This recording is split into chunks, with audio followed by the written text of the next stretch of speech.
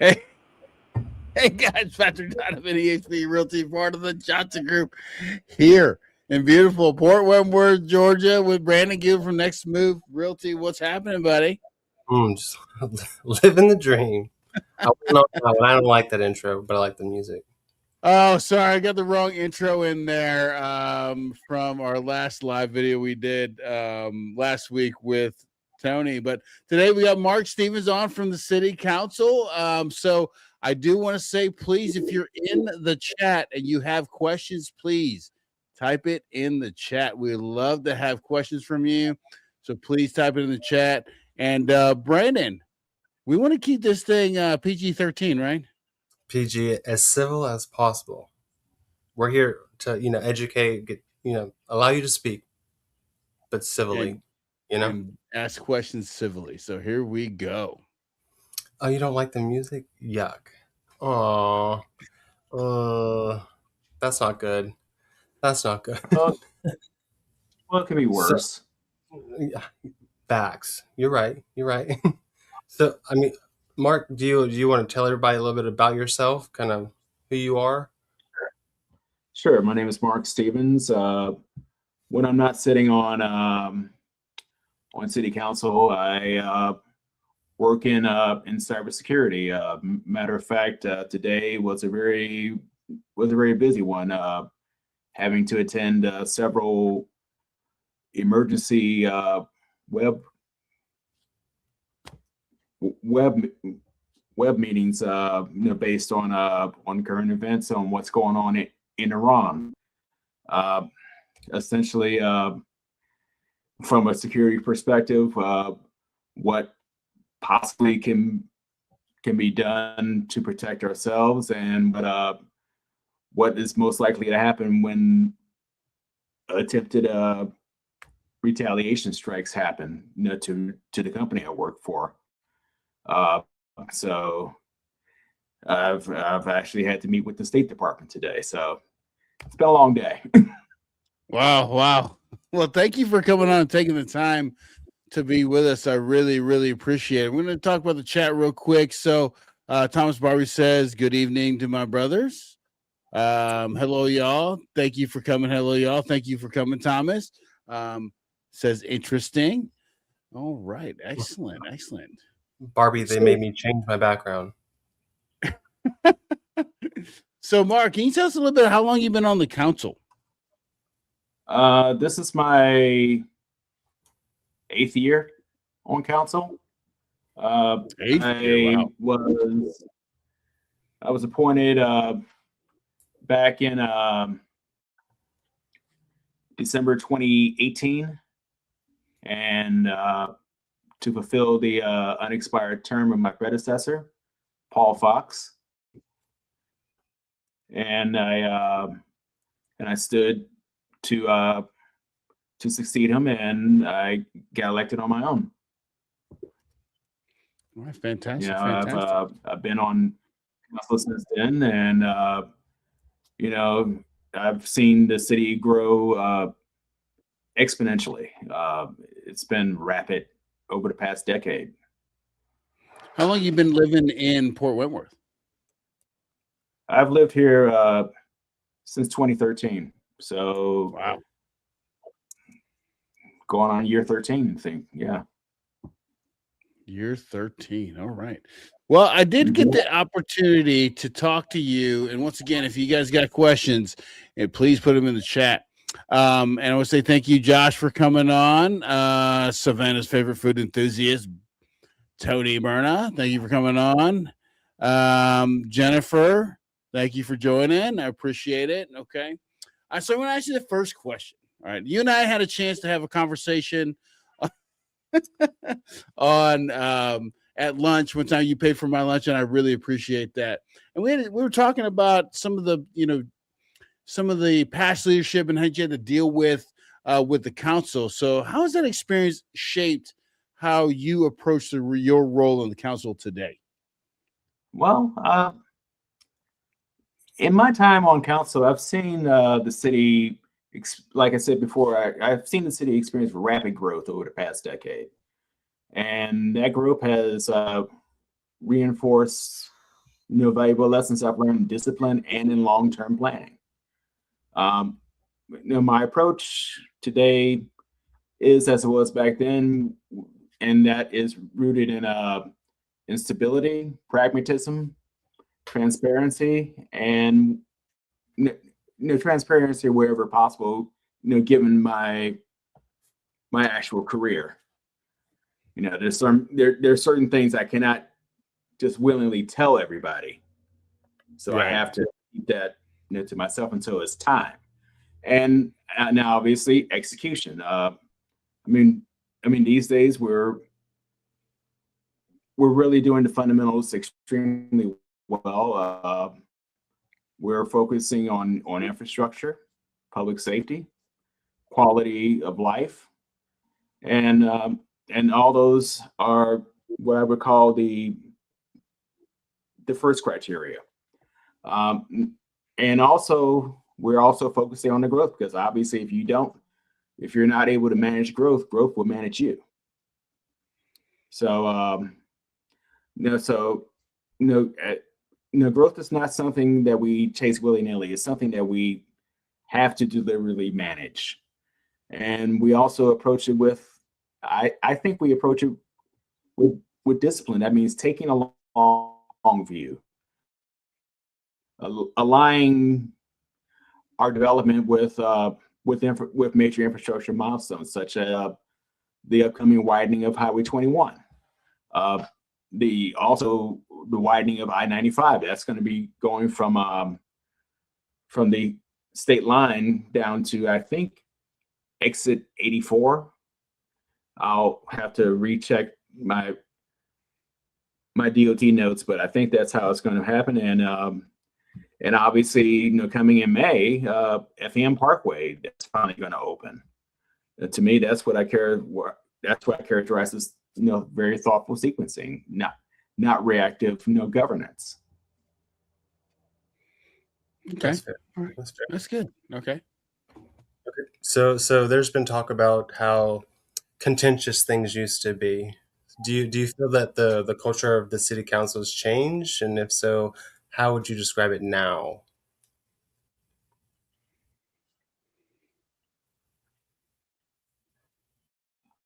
I believe today is more geared towards project-driven solutions than in years past. And to give you an example of this, instead of debating hypotheticals, we are actually delivering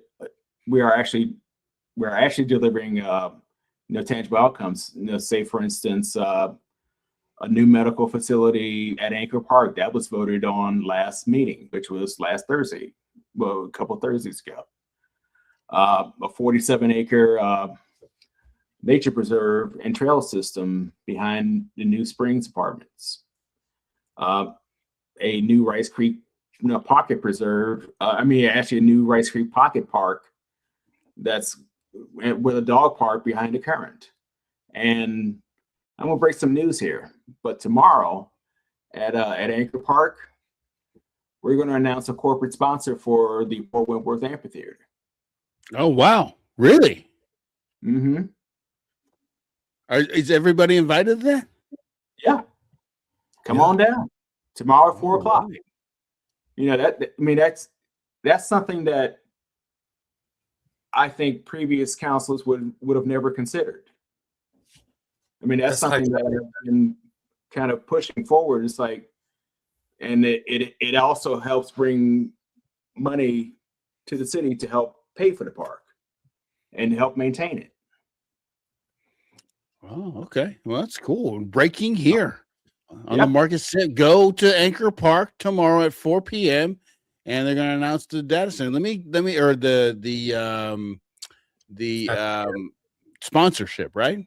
Yeah. All right. So let me catch up on the chat here a little bit. Okay. So hello, y'all says 2018. That's a long time. Tracy Saunders says, "Where are the horns?" I told you they're ahead. They're ahead.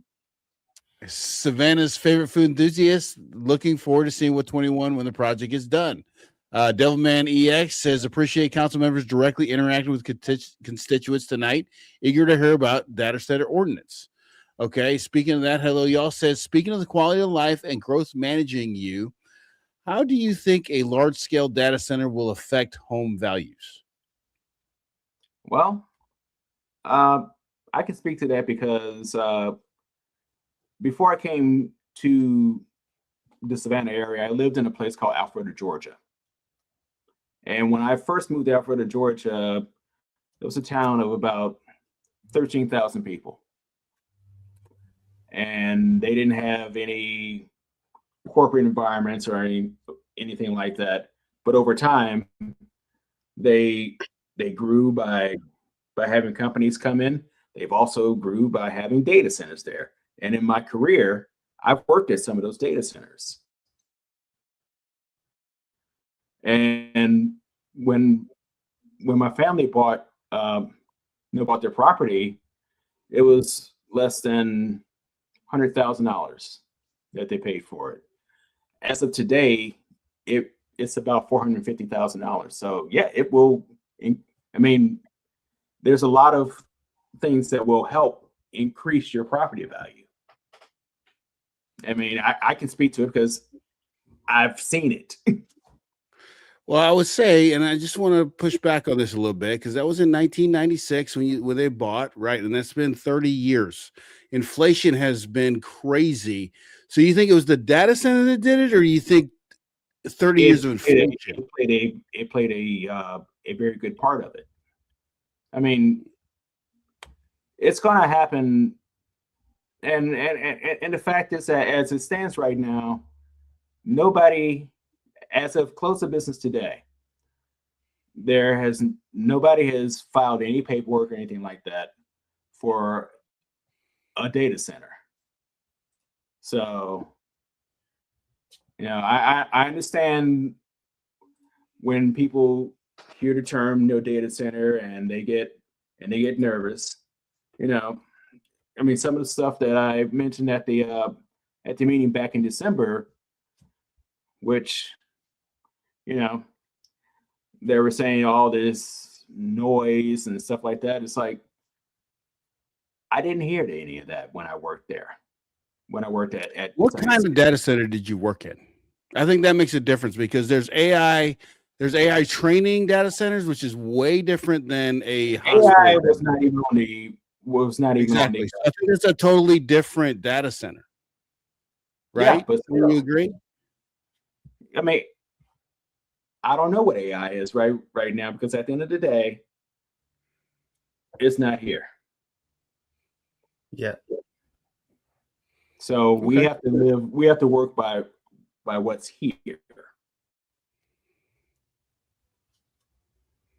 Okay. Cool. Okay, so we have another one. So you've been here for 13 years and you still agree with getting a data center. So I have a question for you. And I want to know from your full throat that you are agreeing that these are okay.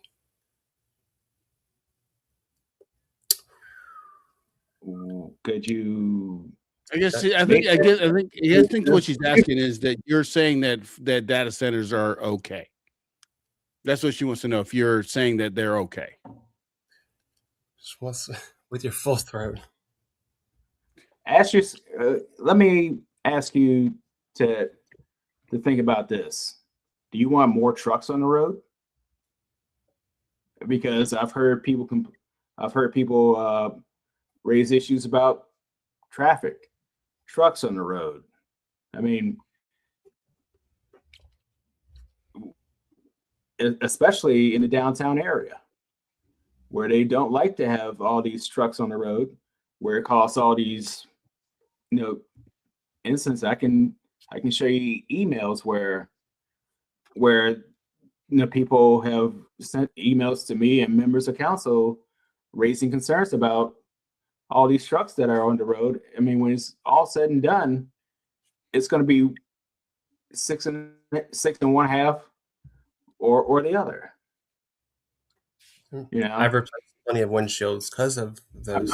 I mean, but is it trucks on the road? Traffic over environment? Is it traffic over environment? Or do you want?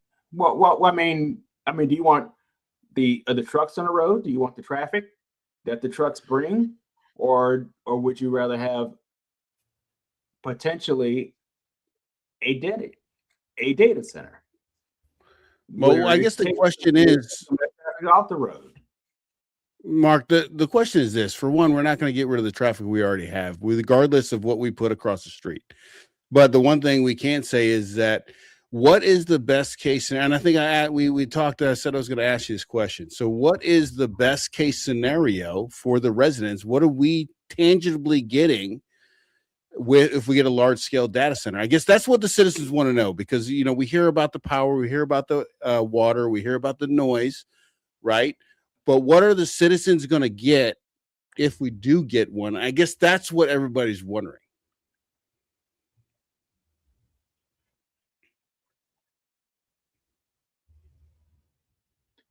What do you get when you get a data center? Well, you get people who come. Well, you get people who, you know, build. That's one. So that means that's a boost to the local economy. Two, you get people coming in to work, and they will, you know, live here. You know, by and large, especially if the property values are conducive to them. You also get, you know, people. You also get, you know, tax benefits where these companies will be paying taxes.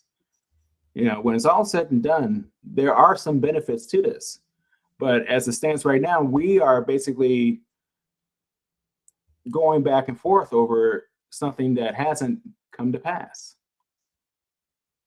When it comes to pass, then only we can start having those conversations. I mean, right now, the only thing that has passed is an ordinance, and that ordinance was done so that, I mean, the ordinance was done primarily so that if something shows up, then it has to fit in a particular slot. I mean, prior to it, there was nothing there. I mean, you've actually spoken to Sean about this. You've actually spoken to Thomas about this.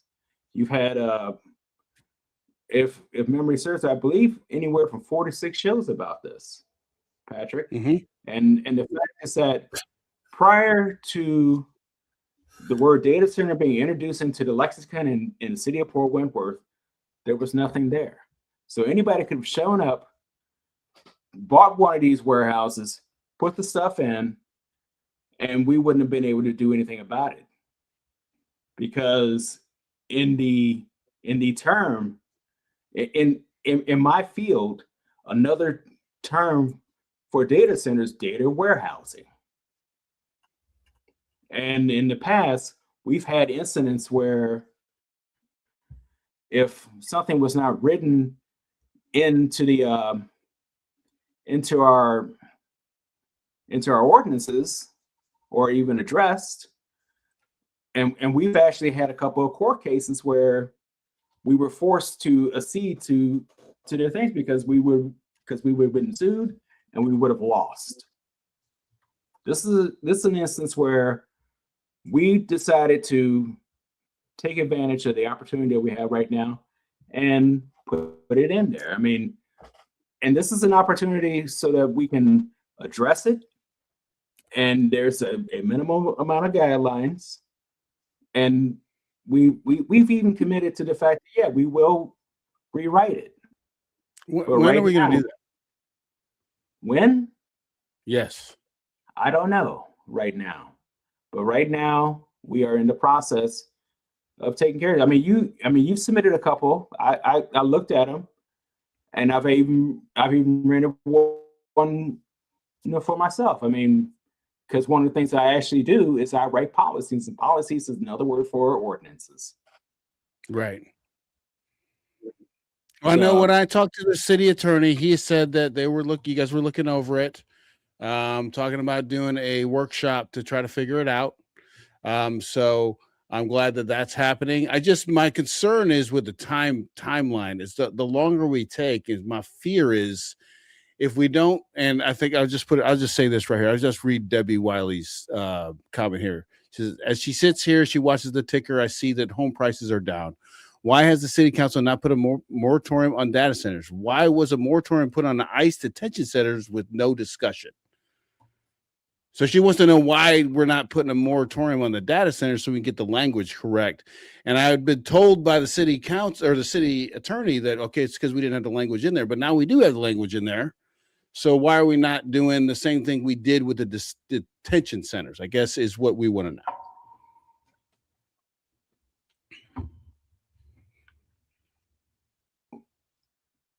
Well, the moratorium basically, it's for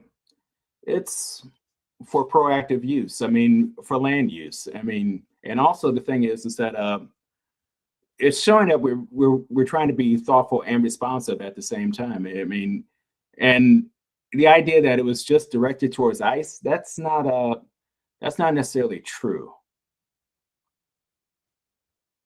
No, I understand that, but I mean, if we could put one on detention centers just in general, why can't we do one on the data centers so we can get the language right? I think because I think when we had talked before, we had talked about, I want to get it right at the beginning, just in case it does happen, they can't run us over. This is been my whole thing in the beginning. These billion-dollar companies, we cannot stand against them.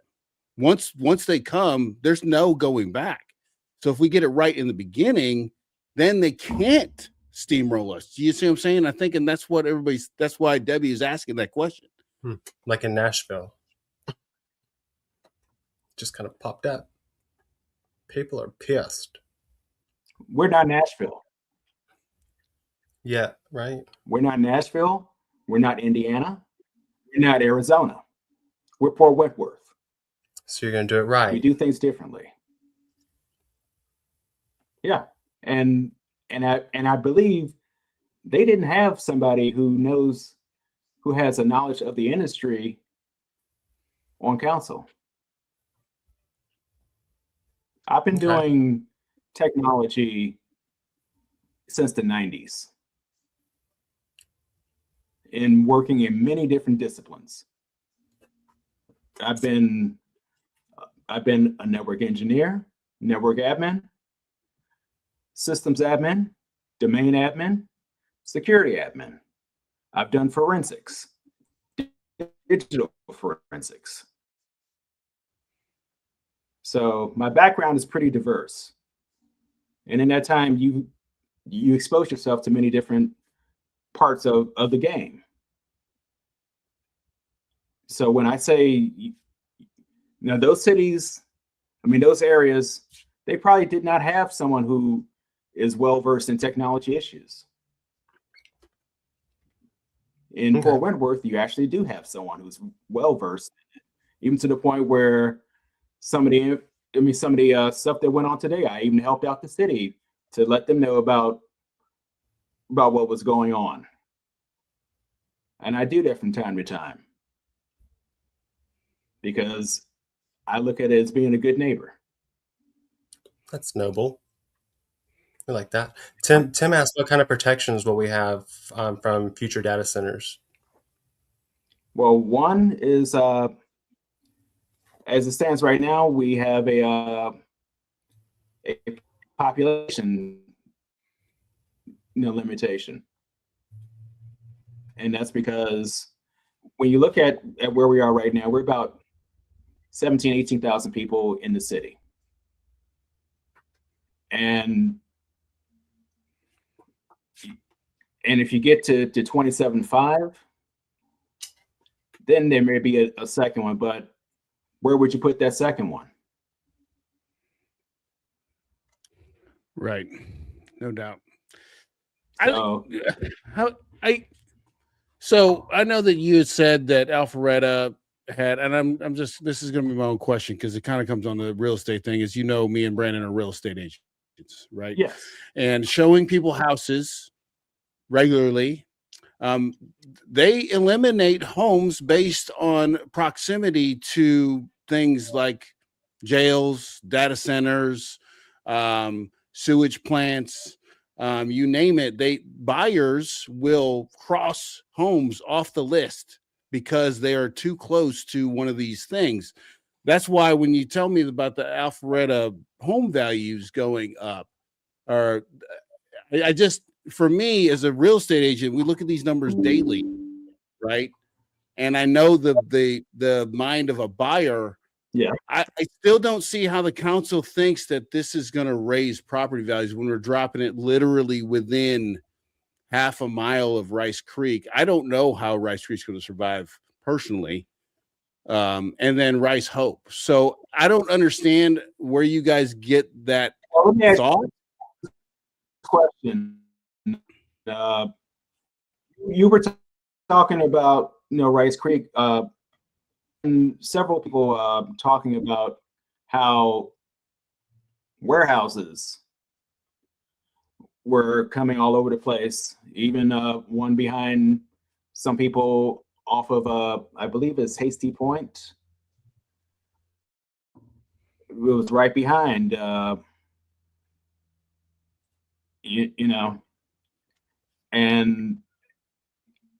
And they were blaming the council for voting for this stuff. And ironically, the people that some of the people on Hasty Point were blaming, well, they were trying to blame the current council for something that the past councils did.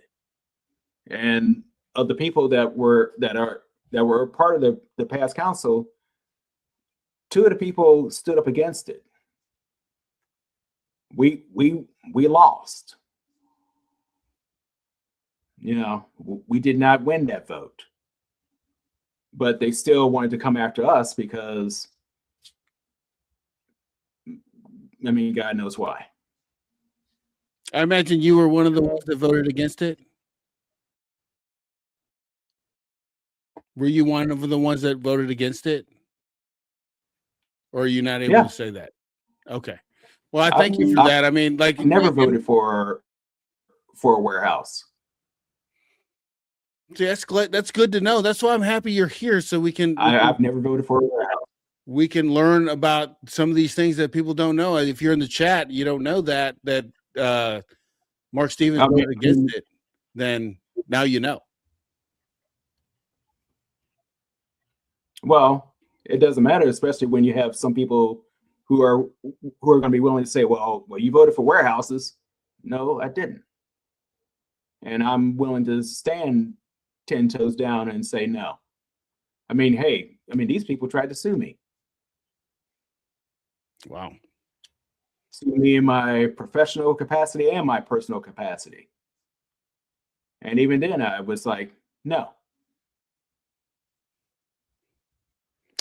So when I say I stand. And I appreciate that. It's unfortunate that not everybody is able to, was on board with that.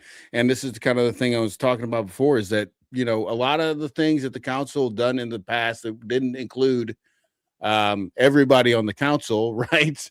You guys are paying for that. I know that we've had Sean and Thomas Barbie on here. But this is why I wanted you guys on here, to tell us your perspective and your side. That's why we're asking these questions. So Brandon, give us another question from the chat. Oh my God. I've been trying to read these things. There's a lot going on here. Well, actually, while we do that, why don't you just read one from Facebook here, and I'll look through the chat, okay? Well, someone asked for you to ask this question. No, go ahead. Ask this one. Do you believe in climate change? Oh, is that what you're going to ask? Do I believe in climate change? Yes, I do. Yes, I do believe that man is the one that has done a lot of things to the climate that has been adverse. So do you think a data center is better than a warehouse? I'm not one of those climate change deniers.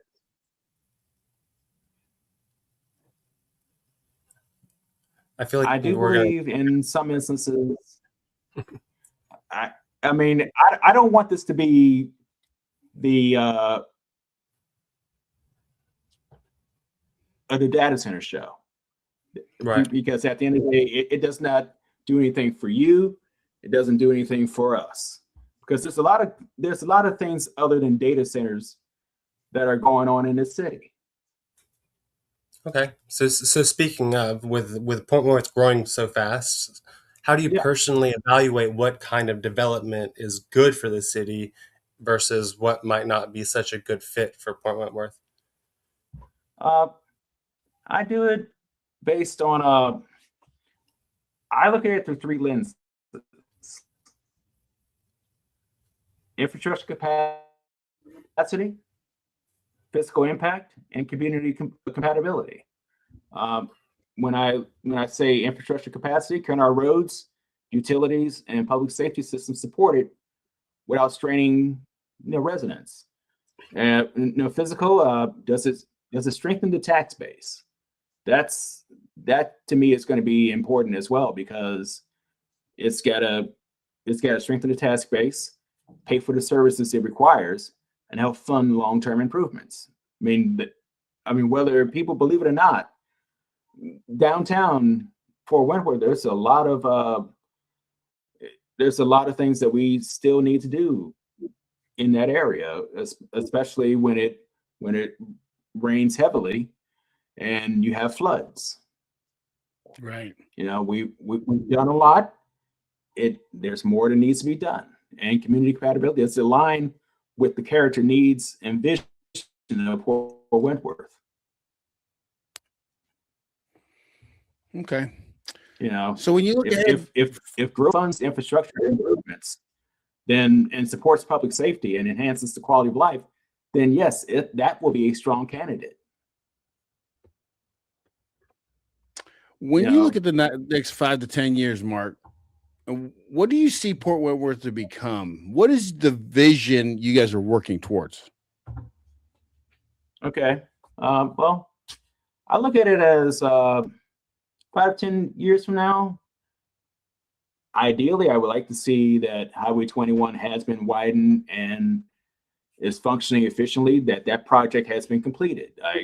I also look at the I-95 interchange has been completed or is near completion, and is going back and forth. 35 miles an hour. I also look at the Benton Boulevard expansion as being completed, because that was something we voted for last November as part of the SPLOST.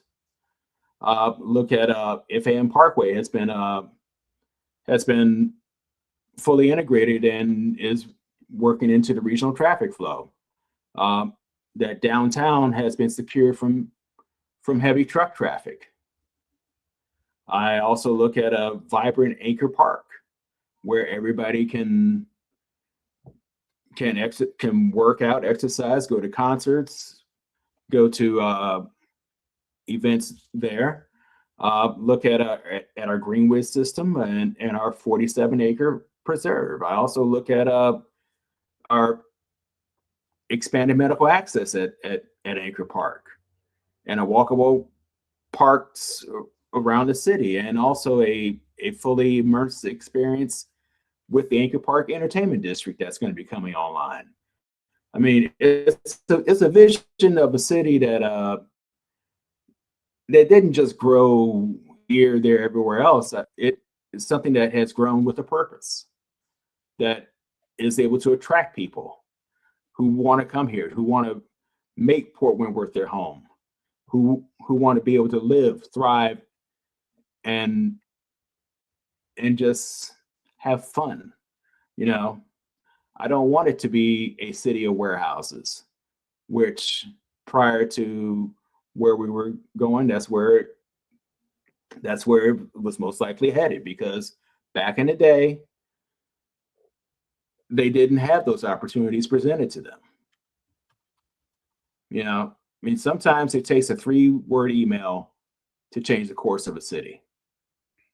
The fact that you're wearing that hat, Patrick, that's part I'm of excited, man. I like to thank Pooler for helping to inspire the change, but it took a 3-word email. And the fact that we're sitting here talking about the growth opportunities that we have right now. Yeah, I'm definitely excited about Anchor Park. I know that not everybody's excited about Anchor Park as much as I am, but I think it's going to be good for green space for the kids.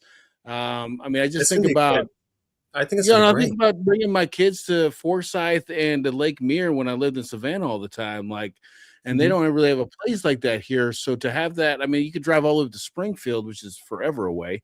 You know what I'm saying? We got one right here like this where you can go play basketball, you can play football, soccer, go see a hockey practice, go ice skating, all that stuff. I just think that's fantastic.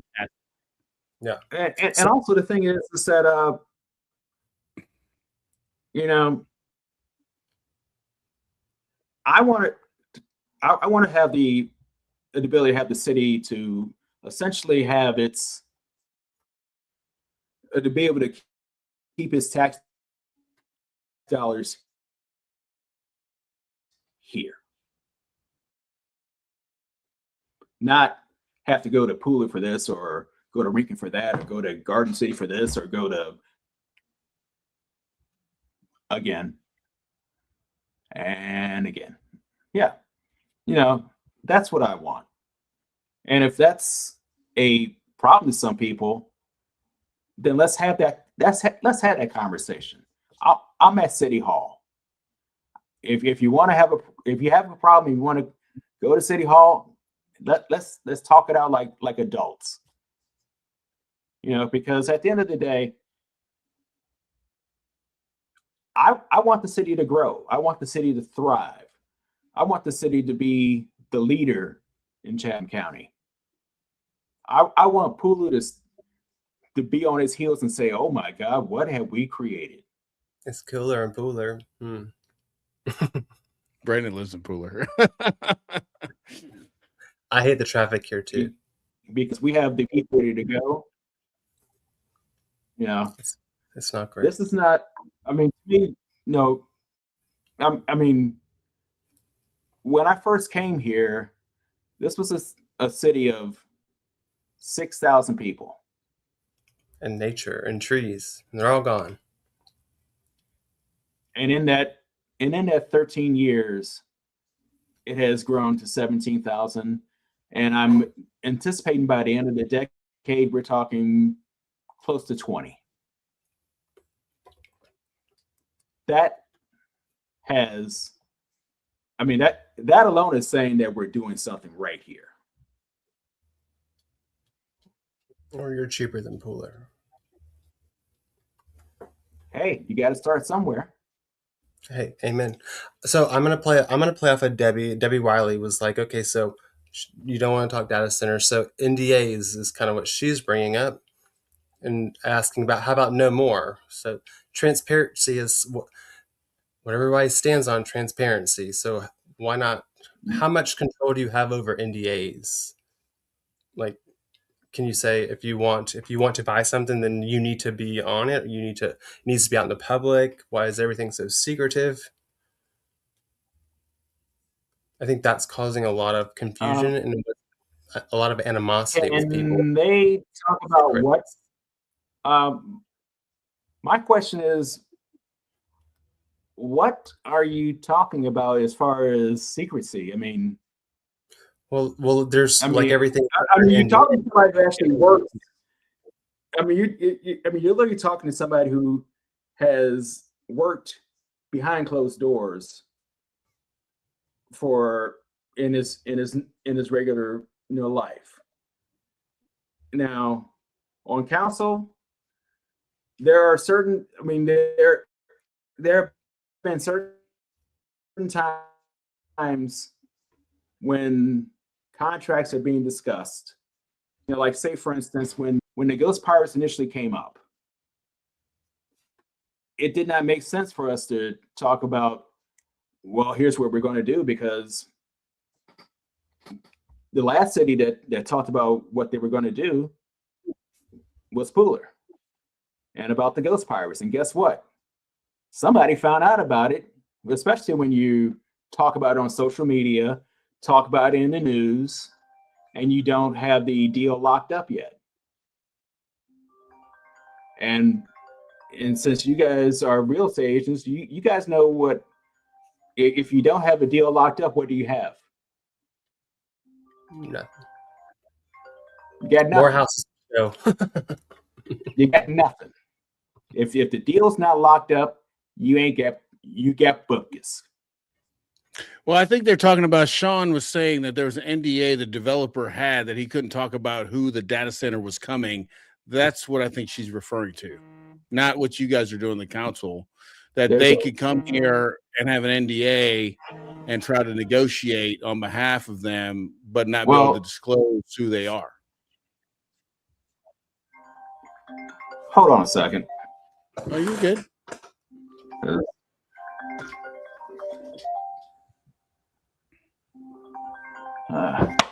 I'll deal with that later.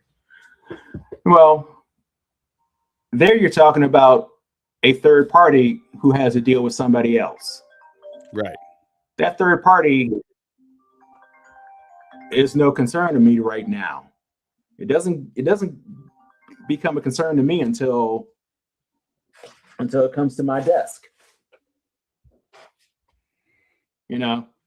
So Debbie, he can't really. This council can't really do anything about NDAs that the Facebook or Meta or OpenAI have with the developer. There's nothing the council can really do about that. So I understand where you're coming from on that. All right, let's catch up on the chat here because we had a lot of chat here. I'm going to go through this really quick, and we're not going to get too crazy on it. But Jennifer says, now there's a good idea. Make it a green space for people to enjoy. Okay, got it. Devilman EX says expanded medical access at Anchor Park. Isn't there going to be aren't they putting a medical center there, Mark? Or the plans are to do that? Yeah, we voted on at the last meeting. Is that more of a like sports medicine kind of thing, or is that like an actual like medical center? From my understanding, it's a little bit of both. Oh, there you go. So if I have a heart attack, I can go there, or if it's one of those things where, yeah, okay. It's I mean, the fact is that we are really, and hopefully you guys stop buffering to the point where we can be, basically everything is nice and flat. Okay. All right, Brandon, what you got? I mean, I'm still reading all these comments. This is a lot. All right, let me pull one up from the Facebook. Okay, Maddie Kyoto says, I would like this council to consider drafting an ordinance that would prohibit any data centers in Port Wentworth now and in years to come. Our city is simply too small to support a data center while maintaining the quality of life that our residents value and deserve. As we are all aware of all the cons and challenges these data centers contribute to their surroundings. I also suggest conducting a survey of taxpayers to clearly determine how many residents oppose data centers. Now, that's a good question. Could we do a survey or something like that that would we get the taxpayers to kind of vote to see if they want it or not? Could we do something like that? That would be something that we would have to discuss as a whole. I mean, I don't know what the practicalities of that would be, and as someone just told me, I mean, there are no NDAs with the city. So where people are getting this stuff from, I have no idea. And maybe it's coming from some of these pages and social media that specialize in misinformation. No. Back in December, Mark, Sean Randall said on here that there was an NDA with the developer and a major data center. That came from Sean, not Facebook.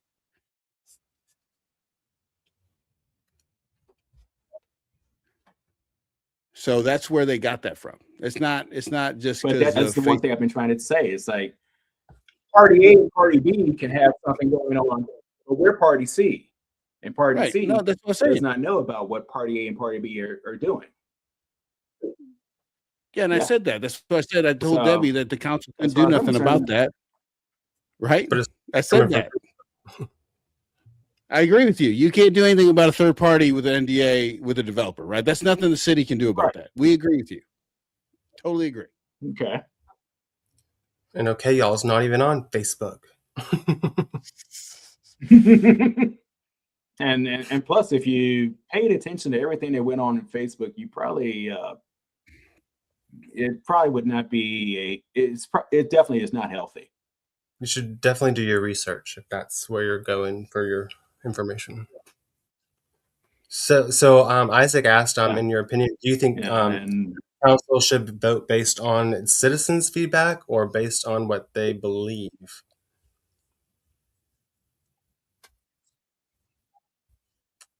I didn't hear because you were buffering again. In your opinion, do you think council should vote based on what the citizens' feedback is or based on what they believe? From Isaac.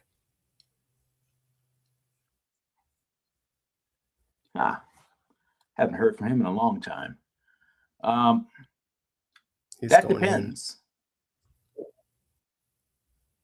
I can go in harder too, but the fact is that that really depends on the situation, because I mean, do you want to? Okay, let me ask this question. Now, we do still, our form of government is still a representative democracy, A correct? republic. It's a republic, yes. Yes. It's a representative democracy because you elect the people to represent you in the government, or it's a representative democracy. Now, when you vote for these people, you also have to take their expertise. Now, say for instance, my expertise was on electricity and how many ohms it would take to do certain things. Now, I could listen to what somebody says on social media about what those things are. However, if I have 30, 40 years of knowing this stuff, and my experience is far superior from what somebody else says on social media, who am I going to rely on? The person on social media who God knows where they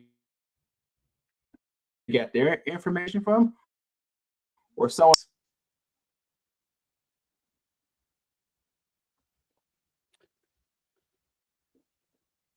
Are you there? Did we lose you? Question. Oh no! Well, no. Are you alluding to the fact that you've been in computing and technology for the past 30 years and data centers? No, I'm just using. I'm taking me out of the subject. And I'm just talking about if everything were equal, and you got one group of people who's saying that X, Y, and Z is how certain electricity things should be, versus somebody who's been doing this stuff day in, day out. And if you put that person in office, you're also buying into their expertise on certain things. I agree. Yep. So who are you going to go with? You're going to go with somebody who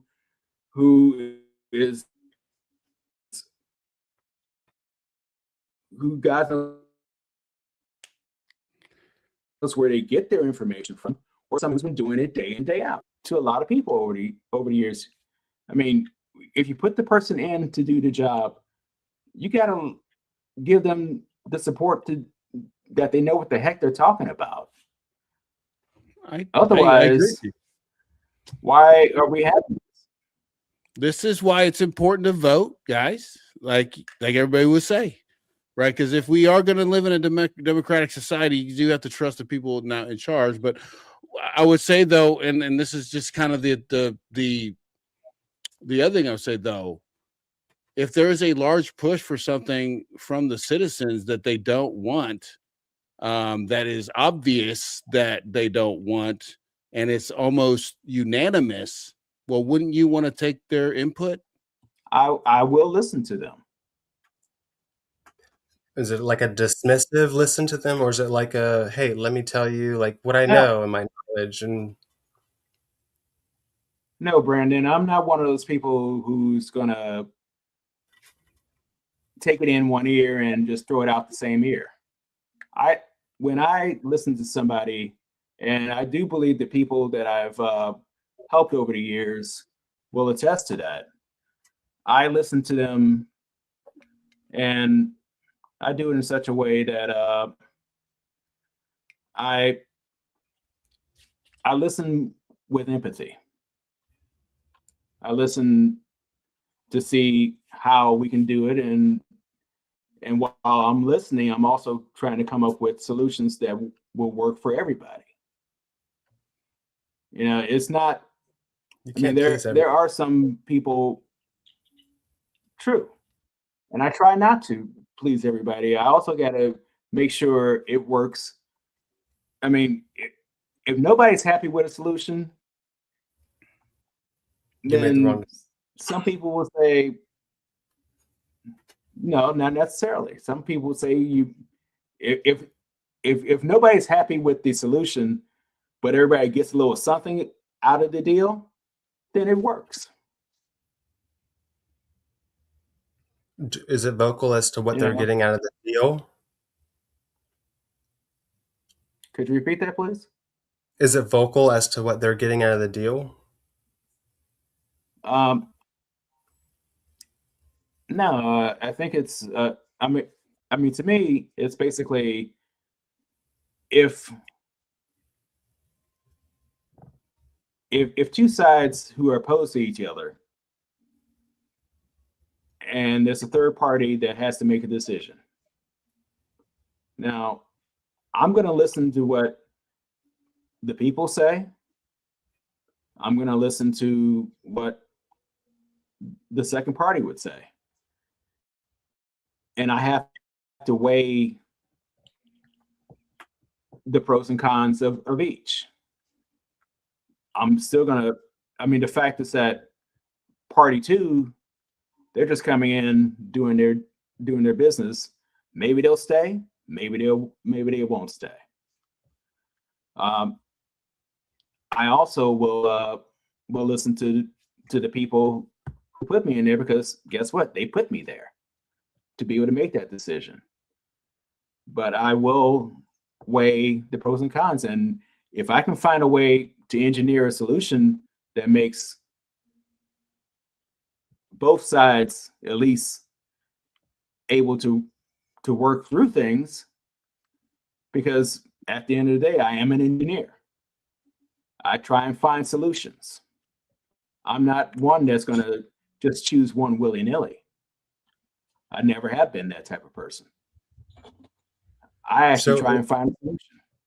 Is party B like billionaires, or is it like experts? Like the people that are going to fund everything and bring the city money? It could be either or. Either or. I mean, it can be billionaires, it can be engineers, it can be whatever. But I'm still going to listen to both sides, and I'm also going to try and find a solution. And I will use whatever tools that are at my disposal. And I have access to a lot of different tools. I also have access to a lot of different people who know certain things. I'm not one that's going to make a decision in a vacuum. I mean, in my time on council, I've never made a decision out of a vacuum. I mean, in a vacuum.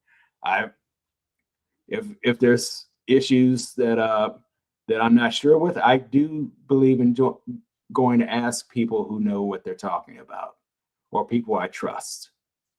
I'm not one to, and I mean, sometimes it's not perfect, but sometimes it's the best solution that can be given at a particular time.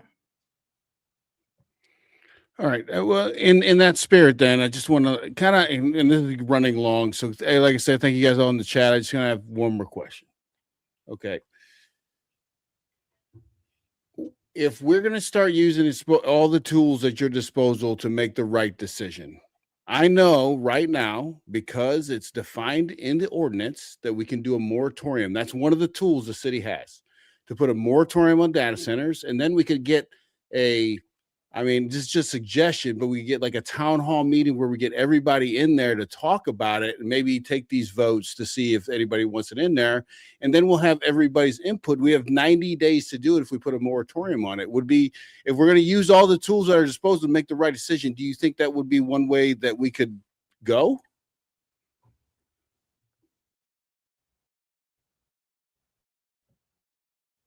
It's something that can be considered.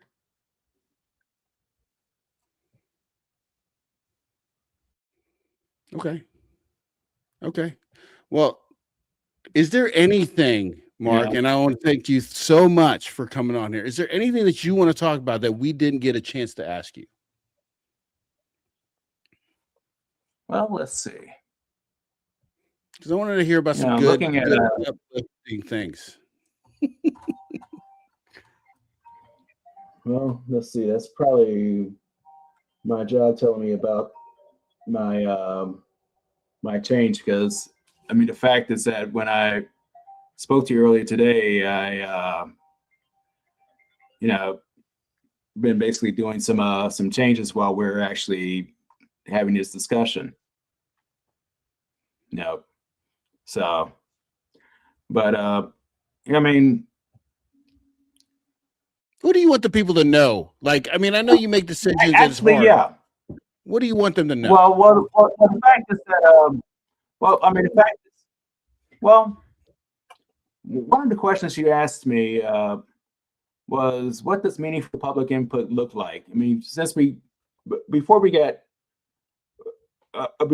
the tangent, before we hit the path down, data centers, you wanted to ask me about what does meaningful public input look like to me, and how can the residents best make their voices heard? I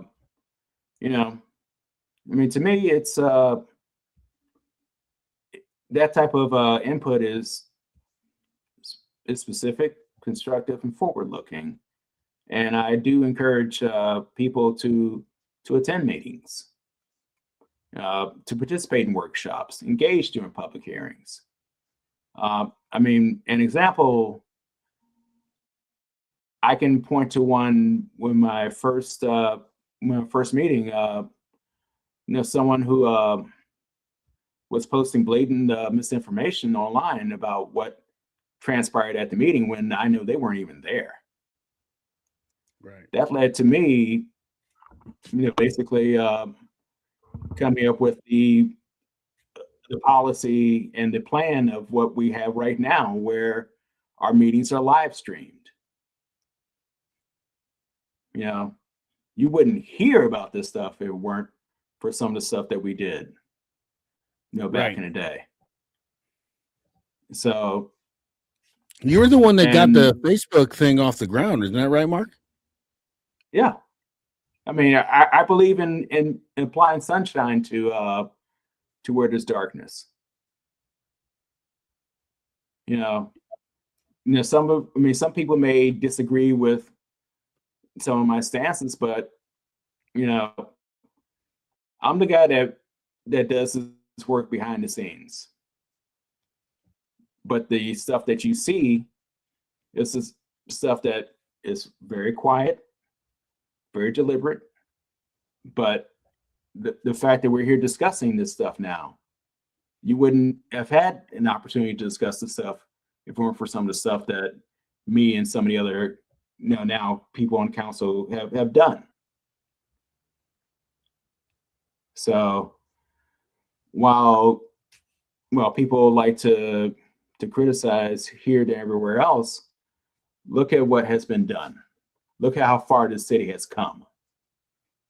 I mean, there was a time where the city back in the 90s,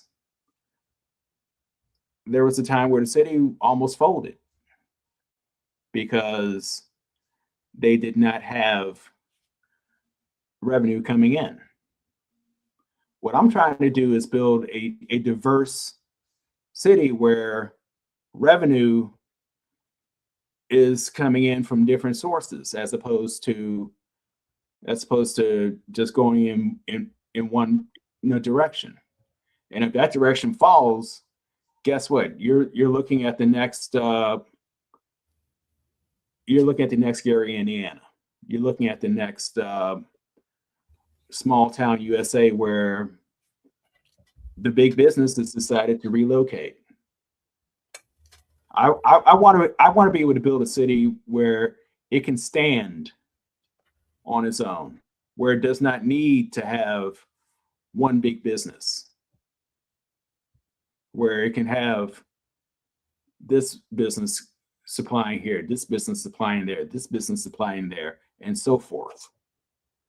Now, some people may disagree with that. I don't know why.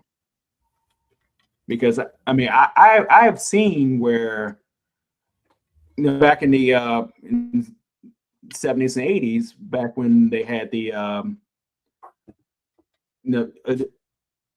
one of the major recessions, where steel company leaves, city dies, or in the Detroit area. In one of the suburbs in Detroit, where car company leaves, plant closes, city dies. Right. When I heard about what happened in Port Wentworth back in the 90s, city almost died. That to me, that's a travesty. That's something at the end of the day, it should not happen. And if you have people who are able to plan things like we have and are able to diversify the city's portfolio, it has a chance to thrive. That business can go away. We have something to replace it. We have something that's already here. So do you when think I say I want to be able to keep our tax dollars to thrive? Huh? Do you think the data center is the data center way to take to help Port Wentworth thrive? Well, the fact is that we are still talking about, it is nothing more right now than an addition to an ordinance. That's it. There is no record. I mean, there's no, as far as we know right now, as we speak, there's no data center coming and knock on the door saying, hey, we want to come in. Without an NDA. There's none, zero, nothing. Well, let me ask you So this, while Mark. we're talking about that, I mean, it's the biggest threat in a way. I mean, warehouses is a threat. The fact that somebody can do something cuckoo on one day, that could be a threat. I deal with threats every day. And I do mean threats. I mean, we're talking about, I work in a field where basically I have to protect the PII of a lot of people. And if that information get hacked and get out for everybody, for consuming, for public consumption, that's me not doing my job. So I live with threats on a daily basis. I live with threats coming from, not only from the script kiddies, I have to deal with nation states. Yeah. That's not good. Yeah. That's not good. So, well, like I said, I can't imagine what you guys go through on a daily basis. I see the Facebook stuff. You guys are constantly getting attacked. I couldn't imagine doing what you guys do and then trying to keep a smiley face constantly getting attacked. So I do understand your guys' pain, right? I can't imagine what it's like.